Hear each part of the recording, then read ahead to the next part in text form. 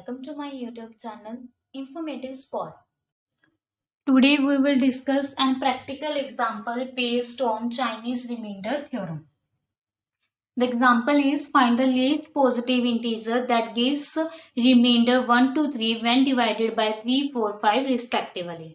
तो हमें सबसे पहले लीनियर कॉन्ग्रुएंस इक्वेशन बनानी होगी. वो इक्वेशन क्या होगी जिसमें रिमाइंडर क्या आएगा 1 2 3 जब डिवाइड करेंगे 3 4 और 5 को, राइट. 3 4 5 को जब डिवाइड करेंगे तो 1 2 3 रिमाइंडर आएगा रिस्पेक्टिवली. दैट मीन्स जो फर्स्ट इक्वेशन बनेगी वो क्या बनेगी हमारे पास कि जो x है वो किसके कॉन्ग्रुएंट आ जाएगा. यहाँ पे x is congruent to reminder is 1. किसमें बात किया मोडुलो 3 में, right. Similarly x is congruent to 2 modulo 4. x is congruent to 3 modulo 5. तो बस अब आपको चाइनीज रिमाइंडर थ्योरम ध्यान में होनी चाहिए और आपका सम ये इजीली हो जाएगा प्रूफ. तो चाइनीज रिमाइंडर थ्योरम के अकॉर्डिंग क्या था कि ये अगर सिस्टम ऑफ लीनियर कॉन्ग्रुएंस हमें दी है, इसका क्या करना है least positive integer solution find करना है. तो वो सोल्यूशन कब, कंडीशन क्या बताती थी चाइनीज रिमाइंडर थ्योरम की, कब सोल्यूशन एग्जिस्ट करेगा कि जो ये मोड में हमें वैल्यूज दी हैं m1 m2 m3 ये आपस में क्या होनी चाहिए रिलेटिवली प्राइम होनी चाहिए. 3 और 4 की जीसीडी कितनी होती है 1. 4 और 5 की जीसीडी 1. 3 और 5 की जीसीडी 1. तो इसका मतलब ये सारी क्या है आपस में रिलेटिवली प्राइम है. 3 4 एंड 5 आर रिलेटिवली प्राइम. ये आपस में क्या है रिलेटिवली प्राइम. तो इसका मतलब इसका एक सोल्यूशन एग्जिस्ट करेगा. इसका एक सोल्यूशन एग्जिस्ट करेगा और वो सोल्यूशन क्या किसमें बात करेंगे मोड m में. और m क्या होता था इन सब की प्रोडक्ट, राइट. तो m क्या होता था 3 इंटू 4 इंटू 5 दैट इज 60. तो ये कितना आ गया हमारे पास 60. 5 4 20 20 इंटू 3 60, राइट. अब सबसे पहले a1 की वैल्यू देख लो. a1 की वैल्यू क्या है हमारे पास 1. a2 की वैल्यू 2. a3 की वैल्यू 3. तो सिमिलरली ये स्मॉल m1 की वैल्यू होगी. स्मॉल m1 की वैल्यू 3. स्मॉल m2 की वैल्यू 4. स्मॉल m3 की वैल्यू कितनी है 5, राइट. तो थ्योरम में मैंने आपको कैपिटल mk की वैल्यू बताई थी. तो कैपिटल mk की वैल्यू कैसे निकलती है small m divided by small mk. तो अगर मुझे m1 की वैल्यू निकालनी है तो क्या वो कैसे निकलेगी स्मॉल m ओवर m1. तो स्मॉल m की वैल्यू ये रही वो कितनी है 60 ओवर m1 दैट इज 3. तो ये कितनी आ गई मेरे पास 20, राइट. तो सिमिलरली यहाँ से किसकी वैल्यू निकाल लेंगे हम m1 की आ गई तो m2 और m3 की. तो ये वैल्यू कितनी आ जाएगी m1 की 20 आ गई थी. m2 की कितनी आ जाएगी 15. m3 की कितनी आ जाएगी 12, राइट. तो अब मैंने आपको एक इक्वेशन बताई थी चाइनीज रिमाइंडर थ्योरम में. वो इक्वेशन कैसे लिखी थी हमने कि जो mkx होगा वो किसके कॉन्ग्रुएंट आ जाएगा 1 मोडुलो mk में, राइट. तो यही लिखा था. अब हमें m1 की वैल्यू पता है, m1 की क्या है वैल्यू पता है. तो इसका मतलब जो ये 20 है 20x is congruent to 1 modulo, किस मोडुलो में बात की है ये 20 की हमने मोड 3 में बात की थी m1 दैट इज 3. m1 की वैल्यू कितनी है 3. तो m1 आएगा m1 की वैल्यू कितनी आ गई 3. तो similarly 15x is congruent to 1 modulo m2 कितना है 4. 12x is congruent to 1 modulo 5, right. तो सबसे पहले आपको क्या करना है स्मॉल m की वैल्यू सबसे पहले रिलेटिवली प्राइम देखनी है, फिर स्मॉल m की वैल्यू चेक करनी है, फिर कैपिटल m1 की वैल्यू, m2 जितने भी आपके पास m1 m2 आएंगे उनकी वैल्यू. तो फिर आपको ये क्या करनी है लीनियर कॉन्ग्रुएंसेस बना लेनी है. 20x is congruent to 1 modulo 3 ऐसे करके लीनियर कॉन्ग्रुएंस आप बना लोगे. तो इन कॉन्ग्रुएंस का क्या बताया था मैंने, ये आपस में क्या थे रिलेटिवली प्राइम. mk की और स्मॉल mk की जीसीडी कितनी थी 1 और इसका रिमाइंडर भी कितना आ रहा था 1 आ रहा है, जीसीडी 1 है. तो इसका मतलब इसका सिर्फ और सिर्फ एक सोल्यूशन एग्जिस्ट करेगा.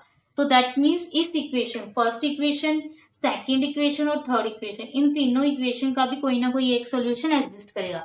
इसका कोई एक यूनिक होगा, इसका कोई एक यूनिक होगा और इस इक्वेशन का कोई एक यूनिक होगा. और वो कैसे फाइंड करोगे आप इस इक्वेशन एक्स में कोई एक बाय इंस्पेक्शन आप वैल्यू पुट करोगे जो हमें 3 से डिवाइड करें तो वो रिमाइंडर कितना दे हमें 1 दे. और जब आप वैल्यू पुट करोगे यहाँ पे 2 पुट करो, 22 ज़ा 40, 40 को आप 3 से डिवाइड करोगे तो कितना रिमाइंडर आएगा हमारे पास, 1 रिमाइंडर आएगा। तो दैट मीन्स यहाँ पे जो x को हम पुट करेंगे, राइट, तो वो रिमाइंडर कब कितना आएगा, b1 की वैल्यू यहाँ पे कितनी आ जाएगी, 2 आ जाएगी, राइट। तो यहाँ पे जो इसको इक्वेशन को मैंने चाइनीज रिमाइंडर तो मैं इस इक्वेशन को सेटिस्फाई करने के लिए एक बी के लिया था, सपोज कर लेते हैं कि ये क्या एक बी का जो इन इक्वेशन को क्या करेगा, सेटिस्फाई करेगा। तो दैट मीन्स यहाँ पे b1 की वैल्यू कितनी आ जाएगी, अब हमारे पास 2 आ गई b1 की वैल्यू जो इसको क्या कर रही है, सेटिस्फाई कर रही है। अब सेकेंड इक्वेशन के लिए जो b2 की वैल्यू है वो कितनी आ जाएगी, 3। तो सिमिलरली b3 के लिए जो वैल्यू आ जाएगी वो कितनी आ जाएगी, 3। आप पुट करके देख लो, 15 3 45 और 4 को इससे डिवाइड करके 44 पे जाएगा तो रिमाइंडर कितना आ जाएगा, 1 आ जाएगा। तो यहाँ से b1 b2 और b3 की वैल्यू आ गई हमारे पास। तो हमें एक्चुअल में किसकी वैल्यू निकालनी थी, एक एक्स नॉट की वैल्यू निकालनी है जो इस इक्वेशन को क्या करेगा, सबका क्या होगा, एक यूनिक सोल्यूशन होगा, राइट।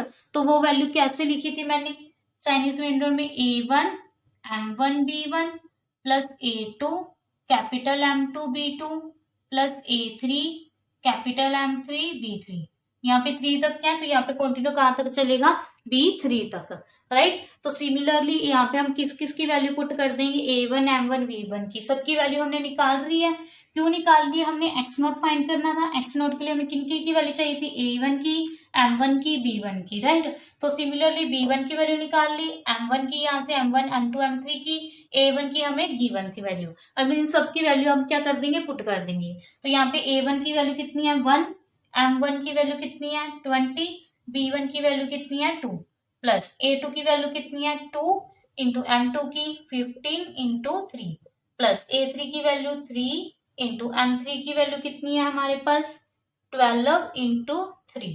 तो अब इन सबको जब आप सॉल्व करोगे तो कितना बन जाएगा, 40 प्लस 90 प्लस 108, दैट इज 238। तो इसका मतलब जो ये 230 है वो क्या आ गया, एक्स नोट, जो ये सब लीनियर कॉन्ग्रेंस इनकी लीनियर कॉन्ग्रेंस बनाई थी उनका एक क्या आ गया, एक सोल्यूशन आ गया, दैट इज 238। तो x is congruent to 238 modulo m में लिख देते हैं। तो मोडुलो m की वैल्यू क्या थी, इन सब की product, that is mode of 60, right. तो अब मोड 60 में अगर इसको और डिवाइड करेंगे तो ये किसके कॉन्ग्रुएंट आ जाएगा, हमें लीस्ट निकालना है। तो ये किसके कॉन्ग्रुएंट आ जाएगा, 50 मोडुलो 60 में, 58 मोडुलो 60 में। तो दैट मीन्स हमें लीस्ट निकालना था, इसलिए हमने और इसको डिफरेंशिएट कर दिया, इसको और स्मॉल करके लिखना है। तो इसका मतलब लीस्ट ही हमारा जो सोल्यूशन आ गया वो क्या आ गया, 58।